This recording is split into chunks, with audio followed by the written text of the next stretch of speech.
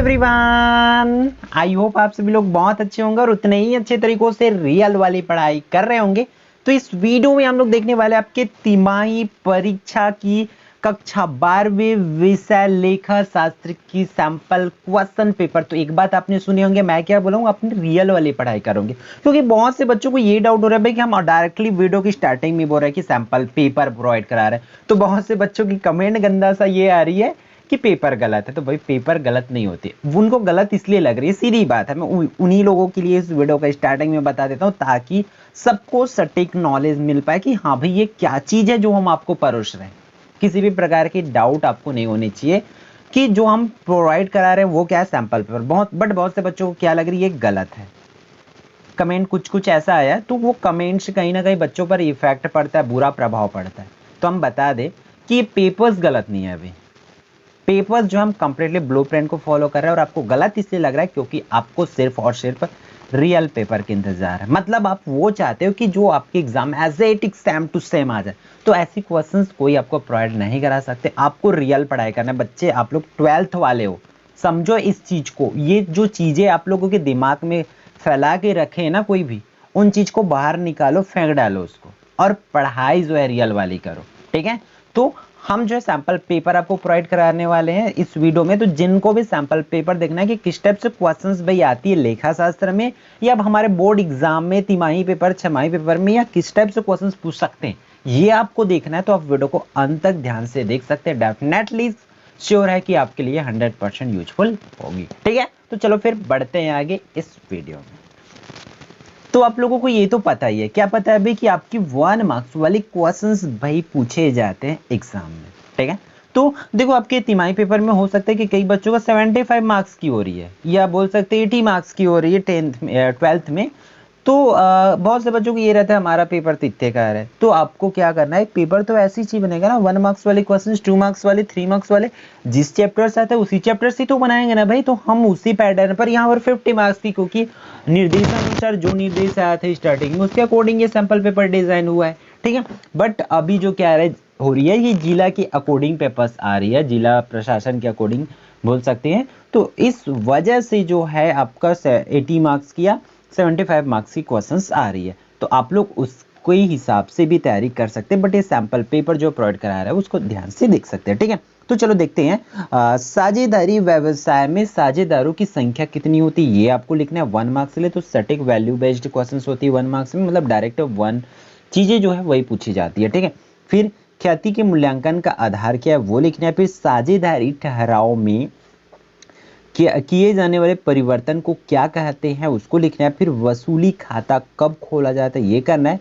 फिर मृतक साझेदार को देय राशि का भुगतान किसको किया जाता है। अगर मान के चलो कोई मृतक साझेदार है और मान के चलो उनकी मृत्यु हो गई, तो उसकी राशि का भुगतान किनको किया जाता है, किसको किया जाता है, ये आपको बताना है। तो 1 मार्क्स क्वेश्चन इस तरीके से भाई हमारे अकाउंटेंसी में, लेखा शास्त्र में पूछे जाते हैं।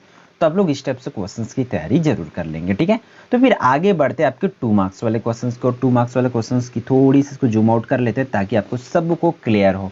ठीक है, क्लियर है आप लोगों को, आई थिंक क्लियर होगी, दिख रहा होगा।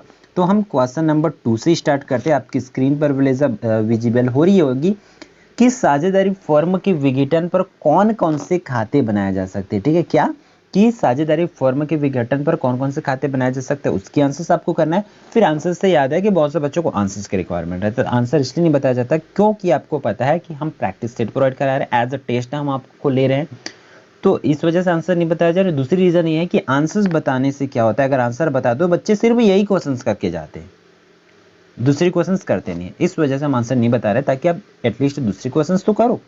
ठीक है, नेक्स्ट क्वेश्चन देखते हैं। चलो आप सब चीजें समझते चले जा रहे हैं, अब वीडियो पर यहाँ तक बने हुए, ये बहुत बड़ी बात है। ठीक है, फिर अधिलाभ से क्या आशा है उसको बताना है। फिर स्थानीय ख्याति किसे कहते हैं वो करना है। फिर साझेदारी फर्म के अनिवार्य विघटन की कोई 2 दशाएं स्पष्ट करना है। ठीक है, छठो क्वेश्चन भी 2 मार्क्स वाली होती है। साझेदारी विलेख के अभाव में लागू होने वाले साझेदारी के नियम क्या है। तो ये जितनी भी आपके टीचर्स ये सब के आंसर्स पढ़ाए हुए, तो उनके अकॉर्डिंग हम सबको सबका आंसर कर लेना। और ध्यान रखना, अगर इन क्वेश्चंस की तैयारी आपको नहीं हुआ है तो आपको और भी मेहनत की जरूरत है, आपको और भी अच्छा से अच्छा रियल वाली मेहनत करना पड़ेगा, ईमानदारी के साथ, जुनून के साथ, तब तो जाके आपका एग्जाम में बनने वाला है। क्योंकि हम उन्हीं क्वेश्चंस को आपको प्रोवाइड करा रहे हैं जो प्रीवियस ईयर तिमाही पेपर में आया है बोल सकते हैं, या उनके एनालिसिस पर जिस लेवल के क्वेश्चंस उसमें पूछे गए थे उनके हिसाब से बनाया हुआ है। बोर्ड एग्जाम के क्वेश्चंस को देख करके बनाया गया ताकि आपके लिए जो भी क्वेश्चंस प्रोवाइड कराया वो सटीक हो। ठीक है, फिर आपके 3 मार्क्स वाले क्वेश्चंस देख लेते हैं, आप स्क्रीनशॉट ले सकते हैं। 7 से लेकर की 11 वाली जो है, ठीक है। तो 7वें में क्या बोल रहे, एक साझेदार के फर्म से निवृत्त होने के कोई 3 लिखना है कि निवृत्त किस प्रकार होते हैं, उसको कौन सी दशाओं में पुनर्मूल्यांकन का खाता तैयार किया जाता है, कोई 3 लिखना है। यहाँ पर किन किन परिस्थितियों में एक साझेदार फर्म से सेवानिवृत्त हो सकता है उसको करना। ठीक है, एक साझेदार, इस वाले में देखो इसमें क्वेश्चंस में थोड़ा सा मिस्टेक हुआ है, टाइपिंग मिस्टेक, कि एक साझेदार के फर्म में निवृत्त होने कोई 3, तो क्या लिखने जा बोला है, तो निवृत्त होने की कोई कम से कम 3 परिस्थिति लिखना है बोल सकते हैं एक साझेदार का। जैसे कि यहाँ पर किन के एक साझेदार फर्म से सेवानिवृत्त हो सकता है, सिमिलरली वो भी क्वेश्चन है। ठीक है, फिर पुनर्मूल्यांकन खाता तथा वसूली खाता में अंतर आपको लिखना है कि पुनर्मूल्यांकन खाता क्या होता है, ऊपर हमने पुनर्मूल्यांकन खाता कैसे खोली जाती है वो भी देखे, तो इन दोनों में आपको अंतर करना है। ठीक है, फिर आपके नेक्स्ट क्वेश्चन देख लेते हैं, यहाँ से जूम इन करके इसको, क्योंकि क्वेश्चन थोड़ी सी बड़ी है, स्क्रीन पर आप लोग को विजिबल हो रही होगी 11 वाला। एक व्यवसाय की विनियोजित पूंजी जो है 1 लाख है, इस प्रकार के व्यवसाय में 10% आय अपेक्षित होती है। 3 वर्षों का औसत जो लाभ इतना है 12,000 जो है, तो साझेदारी संलेख के अनुसार ख्याति का मूल्यांकन अधिलाभ के 2 वर्षों के क्रम के आधार पर बराबर करना है।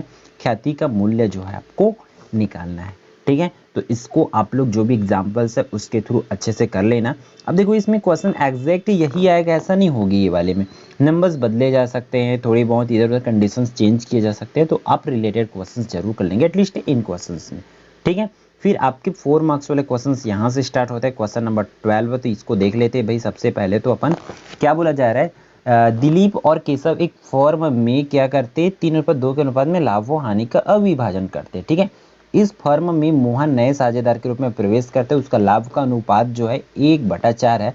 सभी साझेदार के नए अनुपात को ज्ञात करना है। कंडीशन दे रखें आपको कि मोहन अपने लाभ का संपूर्ण भाग केशव से लिया है। दूसरा, मोहन ने अपने लाभ का भाग दिलीप और केशव दोनों से बराबर अनुपात में लिया, तब आपको करना है। ठीक है, तो इस तरीके से क्वेश्चंस को करेंगे जरूर रिलेटेड क्वेश्चंस को। फिर इसके अथवा में देख लेते हैं कि क्या क्वेश्चंस दिया हुआ है, आपको विजिबल हो रही होगी इस टाइप से।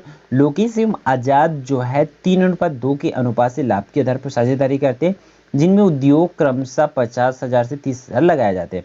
पूंजी 6% की वार्षिक ब्याज से प्रभारित करना तय है तथा आजाद के वेतन के रूप में 2500 प्रति वर्ष दे अनुपात है। ठीक है, तो वर्ष 2002 के दौरान आजाद के वेतन निकालने के लिए लाभ की राशि 12,050 बनती है। इसमें लाभ की राशि का 5% भाग कमीशन के रूप में मैनेजर को दे है।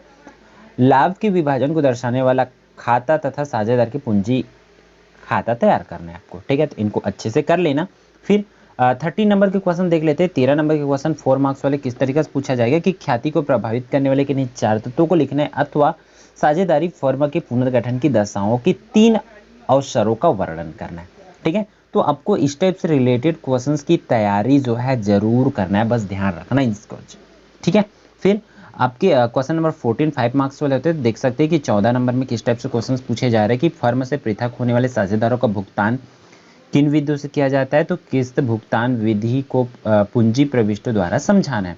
या आप लोग अथवा इस तरीके से कर सकते हैं कि नए साझेदार को प्रवेश देने की आवश्यकता के, एक नए साझेदार की आवश्यकता क्यों होती है, तो उन कारणों को लिखते हैं। इस तरीके से थ्योरी क्वेश्चंस भी पूछे जा सकते हैं आपको, और आंकिक प्रश्न न्यूमेरिकल बेस्ड क्वेश्चंस भी आपको, कैलकुलेशन बेस्ड क्वेश्चंस भी आपको पूछे जाते हैं।